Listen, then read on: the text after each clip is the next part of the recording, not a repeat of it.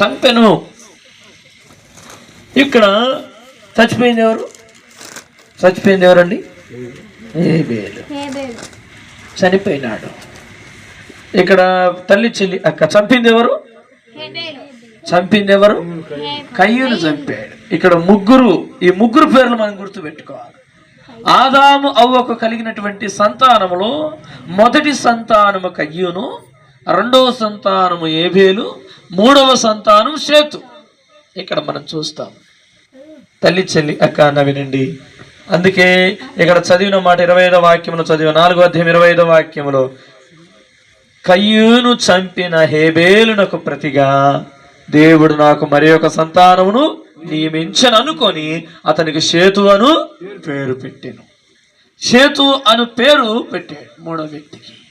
ఎందుకంటే ఇదిగో నా రెండవ కుమారుడు చచ్చిపోయాడు కదా, దానికి ప్రతిగా దేవుడు మరలా నాకు కుమారుని ఇచ్చాడు కదా అని అతనికి షేతు అని పేరు పెడితే 26వ వాక్యంలో రండి, మరియు షేతు నాకు కూడా కుమారుడు పుట్టాను.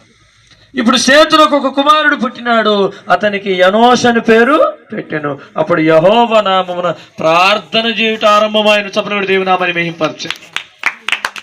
ఫస్ట్ మొట్టమొదటి ప్రార్థన అక్కడ ఎనోషుతో ప్రారంభించబడినది. యెహోవా నామమున ప్రార్థన చేయటం. ఈరోజు తల్లి చెల్లి అక్క అన్న వినండి, ఎనోషు ప్రార్థనాపరుడు. చెప్పినప్పుడు దేవుని నామని మహింపరచండి. హల్లెలూయా. చాలు. ఈరోజు ఎనోషు ప్రార్థనాపరుడు, ప్రార్థనలు ప్రారంభించి. ఈరోజు నీ కుటుంబంలో నువ్వు ప్రార్థనాపరుడుగా, ప్రార్థనాపరురాలుగా ఎందుకు మారబడకూడదు? నువ్వు ప్రార్థన చేసే వ్యక్తిగా నువ్వు ఎందుకు సిద్ధపడకూడదు? యజమానుడుగా, యజమానురాలుగా, ఒక తల్లిగా, ఒక తండ్రిగా, ఒక కుమారుడిగా, ఒక అత్తగా, ఒక మామ నువ్వు ఎందుకు ప్రార్థన చేయకూడదు? దేవుని స్తోత్రం చెప్పండి. నువ్వు ప్రార్థనాపరుడు అయితే, నువ్వు ప్రార్థనాపరురాలు అయితే నీ పిల్లలు కూడా ఆ మార్గంలోనికి వస్తారు. రండి సమూయేలు గ్రంథంలోనికి రండి. మొదటి సమూయేలు గ్రంథం. అక్కడ ఒక వ్యక్తిని నేను జ్ఞాపకం చేస్తాను. మొదటి సమూయేలు గ్రంథంలో ప్రియులారా రాయబడినటువంటి ఒక చక్కని మాట నేను జ్ఞాపకం చేస్తాను. 1వ అధ్యాయం 24వ వాక్యం చదవండినా. పాలు మానిపించిన తర్వాత అతడు ఇంకా చిన్నవాడై ఉండగా ఆమె బాలుని ఎత్తుకొని 3 కోడెలను, తోమెడు పిండిని, ద్రాక్షారసపు తిత్తిని తీసుకొని షిలోహులోని మందిరమునకు వచ్చెను. మందిరానికి తన కుమారుని తీసుకొని వచ్చింది. హన్నా అనే ఒక స్త్రీ సంతానము లేక ఇబ్బంది పడుతూ, సంతానము లేకపోవటంతో ఏమి ఇబ్బంది అయ్యా అంటే, ఎక్కడికి వెళ్ళినా కూడా ఏమో గొడ్రాలు అని పిలుస్తా ఉంటే ఆ అవమానం తట్టుకోలేకపోతా ఉంది.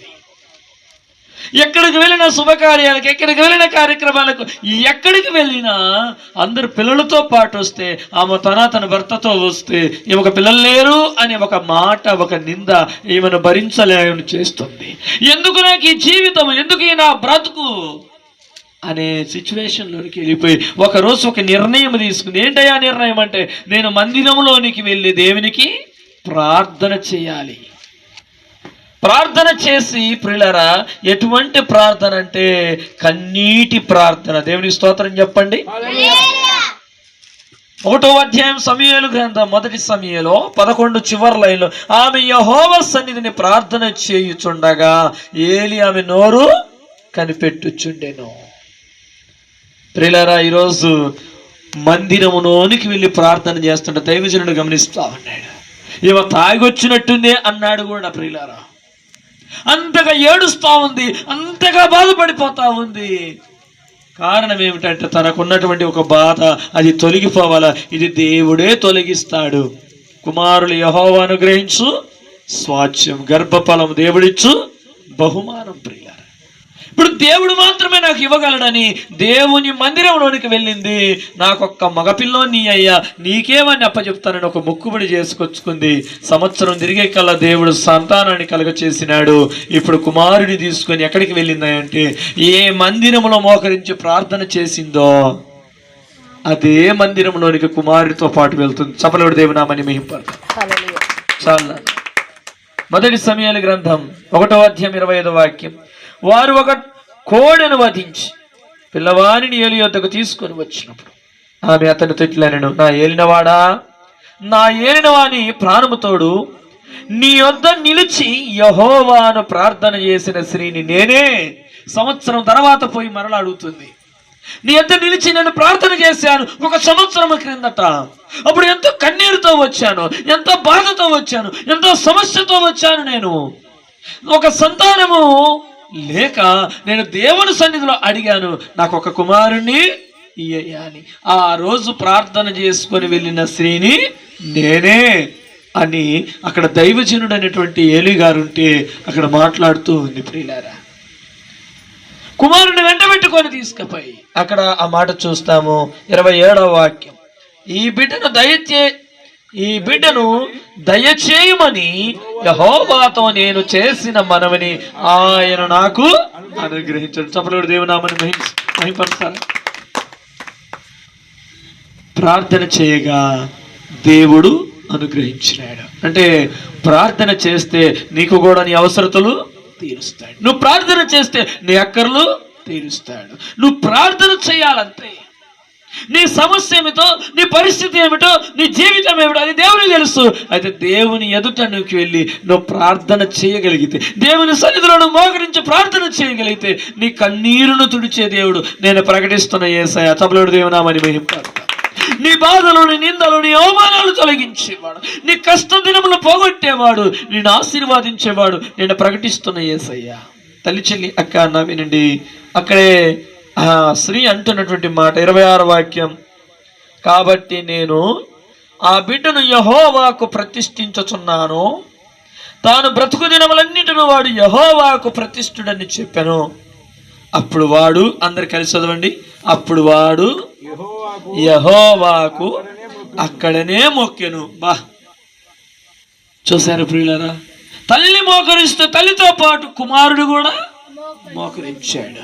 తల్లి ప్రార్థన చేస్తా ఉంటే కుమారుడు ప్రార్థన చేస్తా ఉన్నాడు దేవుని మందిరంలో. అంటే నీవు ప్రార్థన చేస్తే నీ పిల్లలు కూడా ప్రార్థన చేస్తారు. కాబట్టి ప్రియులారా, మనం దేవుని వాక్యం ద్వారా నేర్చుకుంటున్నది ప్రార్థన ఎనోషుతో ప్రారంభమైంది. ఎవరండి ఎనోషు? ఆదాము యొక్క 3వ కొడుకు యొక్క కుమారుడు. మొదటివాడు కయ్యూను, 2వవాడు హేబేలు, 3వవాడు ఎవరండి? షేతు. ఈ షేతుకు పుట్టిన వ్యక్తే ఈ ఎనోషు. ఈ ఎనోషు అనే వ్యక్తే ప్రార్థన యెహోవా నామమున ప్రారంభించిన వ్యక్తి. ఈరోజు తల్లి చెల్లి అక్క అన్న వినండి, నువ్వు కూడా ఎందుకు ప్రార్థనా పరుడుగా మార్చబడకూడదు అని ప్రకటిస్తున్నాను నేను. నువ్వు ప్రార్థన చేస్తే నీ కుటుంబాన్ని దేవుడు దీవించేవాడు, నీ కుటుంబాన్ని దేవుడు ఆశీర్వదించడానికి సిద్ధంగానే ఉన్నాడు. మత్తయి సువార్త 7వ అధ్యాయంలోనికి రండి, ఆ భాగం చూపిస్తాను. అక్కడ రాయబడిన మాట మత్తయి సువార్త 7వ అధ్యాయం 7వ వాక్యం.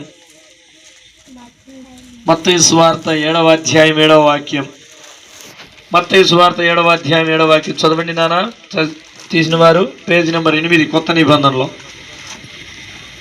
అడుగుడి మీకియ్యబడును, వెతకుడి మీకు దొరుకును. ఇక్కడ అడుగుడి మీకు ఇయ్యబడును అంటే మీరు దేవుణ్ణి అడిగితే దేవుడు మీకు సహాయము చేస్తాడు. 6వ అధ్యాయం చదవండి. మత్తయి సువార్త 6వ అధ్యాయం 6వ వాక్యం. నువ్వు ప్రార్థన చేయనప్పుడు నీ గదిలోనికి వెళ్ళి తలుపు వేసి రహస్యమందున్న నీ తండ్రికి ప్రార్థన చేయము.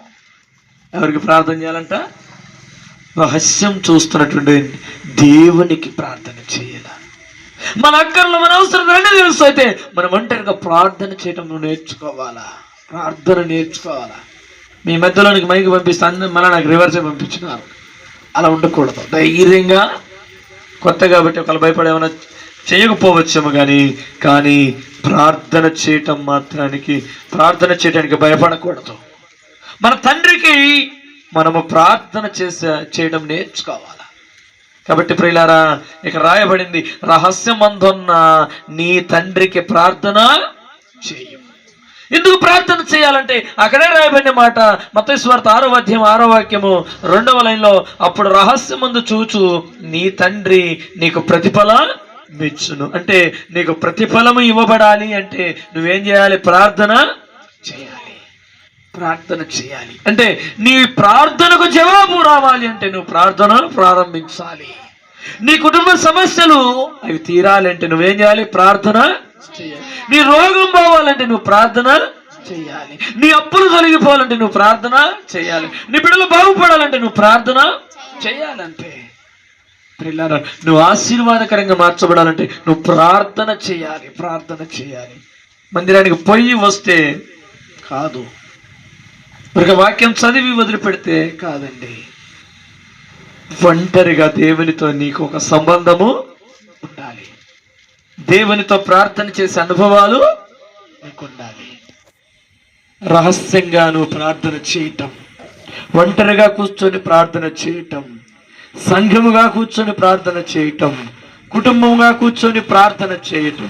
చపలోడు దేవునామని మేము ఈరోజు అటువంటి ప్రార్థనా పరుడిగా నువ్వు మార్చబడాలని నేను జ్ఞాపకం చేస్తున్నాను. మరొక మాట, కీర్తనల గ్రంథం 20వ అధ్యాయంలోనికి రండి. కీర్తనల గ్రంథం 20వ అధ్యాయంలోనికి రండి. కీర్తనల గ్రంథం 20వ అధ్యాయం మొదటి వాక్యం చదవన్నాను. కీర్తనల గ్రంథం 20వ అధ్యాయం మొదటి వాక్యం. ఆపత్కాలమందు యెహోవా నీకు ఉత్తరమిచ్చు. ఆపద ప్రియులారా చాలు నిదానంగా. ఆపద సమయంలో చాలా మంది ఆపద కాలమందు అని రాయబడింది అక్కడ. ఆ మాటను నేను జ్ఞాపకం చేస్తున్నాను. ఆపద సమయంలో ఎవరి దగ్గరికి వెళ్ళారనుకోండి, అయ్యా ఇంట్లో పరిస్థితి బాగలేదు, హాస్పిటల్ ఉన్నాడు పిల్లోడు, అంటే మా వాళ్ళు బంధువులు, చాలా ఇబ్బందికరంగా ఉంది, సహాయం చేయమంటే ఎంత లేదు అంటున్న వారు కూడా ఎంతో కొంత సహాయము చేస్తారు. ఎందుకంటే ఆపదలో ఉన్నారు. జనాలు చాలా మంది గుంపు కూడా ఉన్నారు అనుకోండి, ఏంటంటే అక్కడ ఏదో జరిగిందని చాలా మంది ఏం చేస్తారు? పరిగెత్తి ఏదో ఒక సహాయము చేయడానికి పూనుకుంటారు. ఎందుకంటే అక్కడ సీరియస్గా ఉంది, ఏదో ఒక సహాయం చేయాలి అంటే. ప్రియులారా, అందరిలో ఎవరో ఒకరు కొంచెం ముందుకు వచ్చే ప్రయత్నము చేస్తారు. అంటే ప్రాణం పోతున్నటువంటి ప్రాణాన్ని కాపాడడం కోసం. ఒకసారి యాక్సిడెంట్ జరిగింది. యాక్సిడెంట్ అయ్యి ఉంటే ప్రియులారా, అంబులెన్స్ను వచ్చేసరికి లేట్ అవుతుందని వేరే వాళ్ళు కారులో తీసుకుని హాస్పిటల్లో జాయిన్ చేసేసారు. ఎందుకు అంటే ఎక్కడ చనిపోతాడు, మనకు అవకాశం ఉంది, తీసుకుపోయి హాస్పిటల్లో జాయిన్ చేస్తే బ్రతుకుతాడు. ఆపదలో ఆదుకోవటం.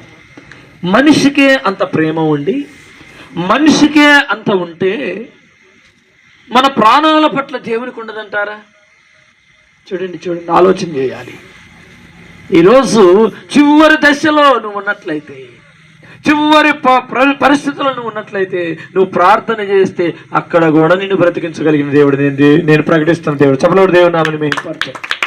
అందుకే ఇక్కడ రాయబడింది, ఆపత్కాలమందు యెహోవా నీకు ఉత్తరమిచ్చును. నీకు జవాబు ఇస్తాను. నువ్వు ప్రార్థన చేయగలిగితే చివరి దశలో అయినా సరే, సమయంలో నువ్వు వ్యర్థం చేసుకోకుండా దేవుని కొరకు బ్రతుకుతూ, దేవుని కొరకు జీవిస్తూ, నువ్వు ఎప్పుడైతే నువ్వు ప్రార్థన చేస్తావో నిన్ను చివరి క్షణంలో కూడా కాపాడుతాడు.